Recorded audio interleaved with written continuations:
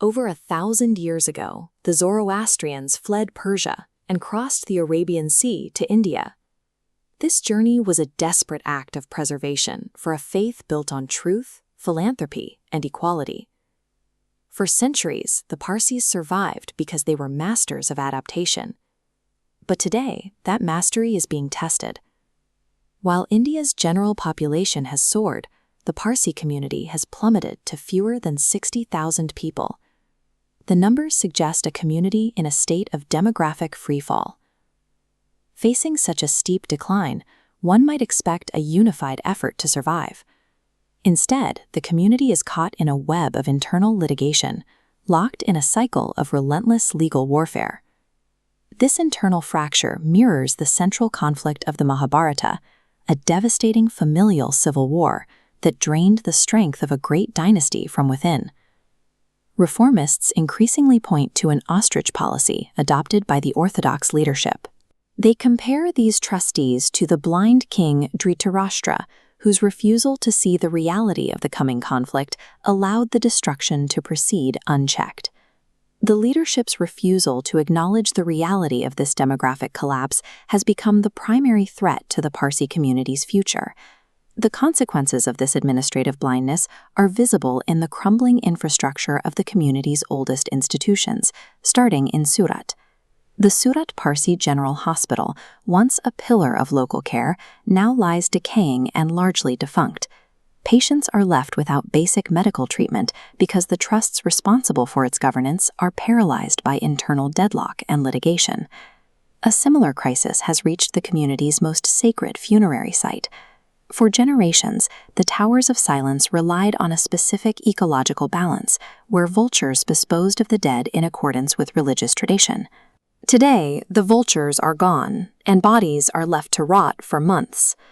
When some Parsis choose cremation, Orthodox leaders block their funeral rites, prioritizing religious rigidity over the dignity of the deceased.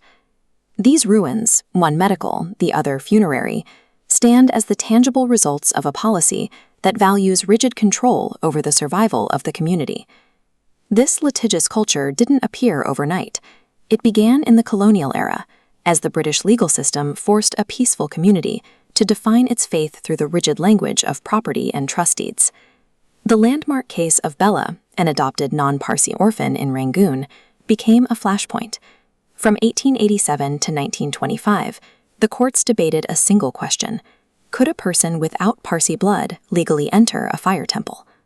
The resulting judgment fundamentally shifted Parsi identity. It took a flexible religious faith and redefined it as a rigid racial category based strictly on patrilineal descent. This ruling weaponized the law. It transformed the pursuit of ethnic purity into a legal mandate, creating the divisions that continue to drive Parsis into courtrooms a century later.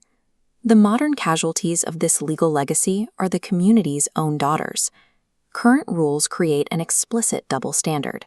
Parsi men who marry outside the faith remain part of the fold, while Parsi women who do the same are effectively excommunicated. This forced Gulrukh Gupta into a years-long legal struggle. Because she married a non-Parsi, she had to appeal to the Supreme Court of India just to secure the right to attend the funeral rites of her own parents. By focusing on patriarchal bloodlines, the leadership alienates the very youth and women necessary for the community to endure, accelerating the demographic decline. Despite the hardline stance of the leadership, change is already happening. In places like the Pune Fire Temple, the children of intermarried Parsi women are already being accepted and initiated into the faith.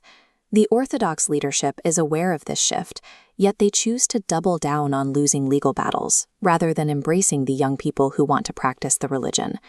The community persists in its infighting, a cycle of litigation led by modern-day Shakuni figures, while the Arjuns and Krishnas capable of fighting for justice and wisdom are nowhere to be found.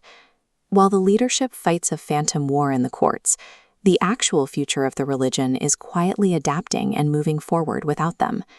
The law of nature is absolute. Survival requires adaptation.